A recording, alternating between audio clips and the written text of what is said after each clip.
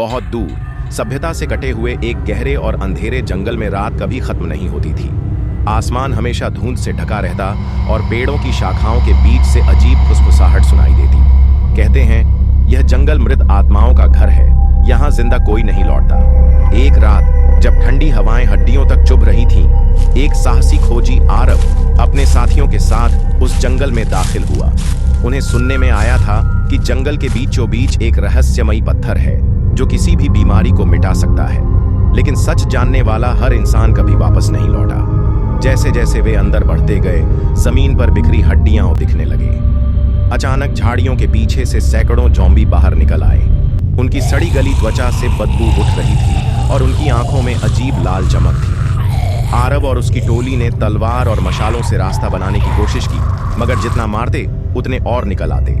इसी अफरा तफरी में जमीन अचानक कांप उठी, पेड़ों की जड़ें हिलने लगीं और धुएं की तरह काला साया सब पर छा गया।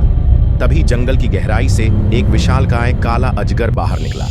उसकी आंखें लाल अंगारों की तरह जल रही थीं और उसका मुंह इतना बड़ा था कि एक इंसान को पल भर में निगल सकता था। ज़ॉम्बी अजगर की ओर बढ़े, लेकिन उसने एक ही झपट्टे में 5 ज़ॉम्बियों को लपेट लिया और उनकी हड्डियां तोड़कर एक एक कर निगल गया।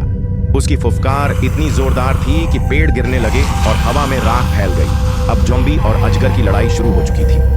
अजगर हर तरफ से ज़ॉम्बियों को लपक कर खा रहा था, लेकिन उनकी गिनती इतनी ज्यादा थी कि वो बार बार उस पर चढ़कर उसे नोचने लगते।